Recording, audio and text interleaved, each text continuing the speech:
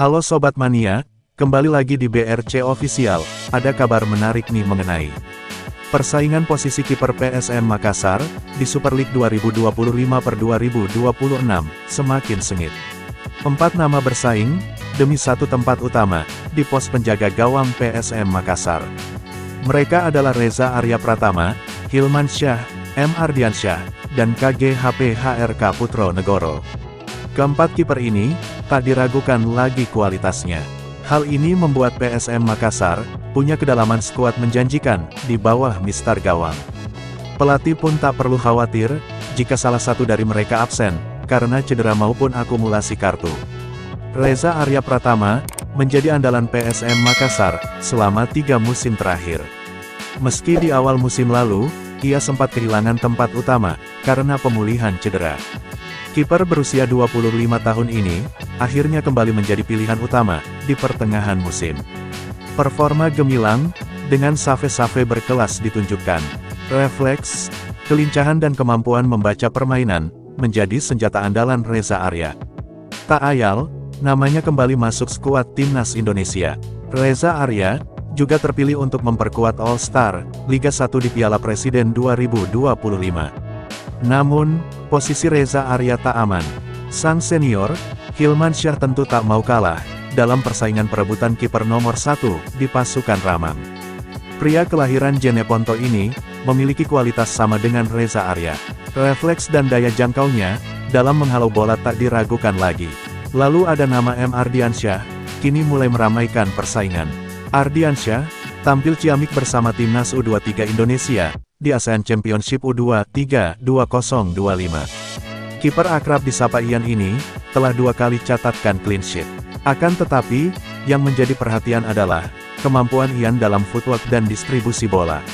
Akurasi umpannya sangat akurat. Olehnya itu, kiper kelahiran Makassar ini salah satu kiper modern di Indonesia. Sepulang dari Timnas U23 Indonesia, bukan tak mungkin, Ian bisa mendapat jam terbang bersama PSM Makassar, dengan kemampuan dimiliki tersebut. Sementara Putro Negoro, perlu kerja ekstra, untuk bisa mendapat perhatian pelatih. Kiper berusia 17 tahun ini, diorbitkan musim ini dari PSM U18. Putro Negoro, memiliki postur tinggi 192 cm. Hal ini membuatnya mampu memenangkan duel bola udara. Selain itu, ia piawai dalam membaca tendangan penalti. Legenda PSM Makassar, Anwar Liko menyebut, komposisi kiper pasukan Ramang saat ini sangat kompetitif. Keempat kiper memiliki kualitas hampir sama rata, dan memiliki karakter khas dalam bermain. Kita berharap, para kiper menunjukkan kemampuan terbaik, dan berkontribusi besar untuk PSM Makassar di musim depan, katanya Minggu, tanggal 20 Juli tahun 2025. Ia juga menekankan kepada kiper, selalu berpikir positif dalam bertanding.